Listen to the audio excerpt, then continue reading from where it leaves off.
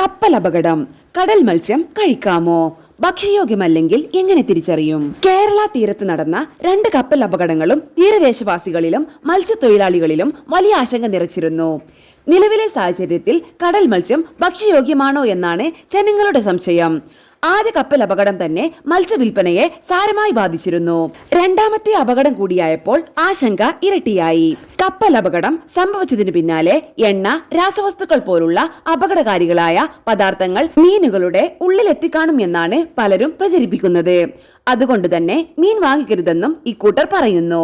എന്നാൽ അതല്ല യാഥാർത്ഥ്യം. തെക്കൻ ജില്ലകളിലെ തീരദേശത്തു നിന്നുള്ള മത്സ്യ സാമ്പിളുകളും വെള്ളവും പരിശോധിച്ചതിൽ യാതൊരു കുഴപ്പവുമില്ല എന്ന് കണ്ടെത്തിയിട്ടുണ്ട്.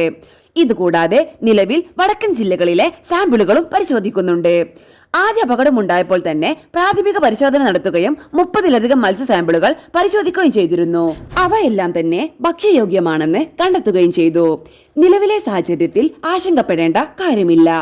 പരിശോധിച്ച മീനുകളിൽ പ്ലാസ്റ്റിക്കിന്റെയോ എണ്ണയുടെയോ സാന്നിധ്യം കണ്ടെത്തിയില്ല. എണ്ണ കടലിൽ കലർന്നാൽ തന്നെ മീനുകൾ ചത്തുപൊങ്ങാനുള്ള സാധ്യത കൂടുതലാണ്. എന്നാൽ ഇതുവരെയും അത്തരം സംഭവങ്ങൾ കേരളത്തിൽ എവിടെയും റിപ്പോർട്ട് ചെയ്തിട്ടില്ല. ഇനി എണ്ണപ്പാടയിൽ അകപ്പെട്ട മത്സ്യമാണെങ്കിൽ എങ്ങനെ തിരിച്ചറിയാം?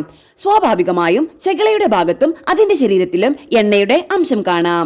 മണത്ത് നോക്കിയാൽ തന്നെ ഇത് തിരിച്ചറിയാൻ സാധിക്കും. സാധാരണ മീനിന്റേതല്ലാത്ത പെട്രോളിന്റെയോ ഡീസലിന്റെയോ മണ്ണെണ്ണയുടെയോ അഴുകിയ എണ്ണയുടെയോ മണമാണ് ഉള്ളതെങ്കിൽ എണ്ണപ്പാടയിൽ അകപ്പെട്ട മത്സ്യമാണെന്ന് കരുതണം. ചിറകുകളിൽ പരുക്കോ അഴുകിയതായിട്ടോ കാണുകയാണെങ്കിലും ശ്രദ്ധിക്കണം.